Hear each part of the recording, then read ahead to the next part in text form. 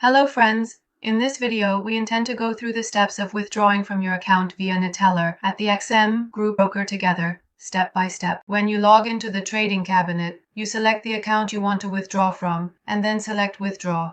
To enter the withdrawal page, select Neteller and Withdraw, and enter the amount to withdraw. Note the minimum amount via Neteller is $5. Then click Request. We select the withdrawal operation and choose Neteller, then select Withdraw and enter the amount to withdraw. Note the minimum amount via Neteller is $5. Click Request and the withdrawal request is submitted. If successful, you will receive a confirmation email. Click OK.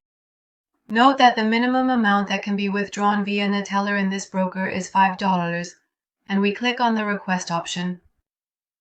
Your withdrawal request has been successfully processed. And as you can see in this section, the broker states that if successful, an email will be sent to you regarding your withdrawal. Now we click on the OK button.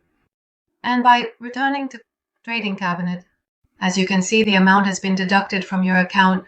In future videos, we will show you how to deposit and withdraw using different methods step by step. Wishing you success and profitability.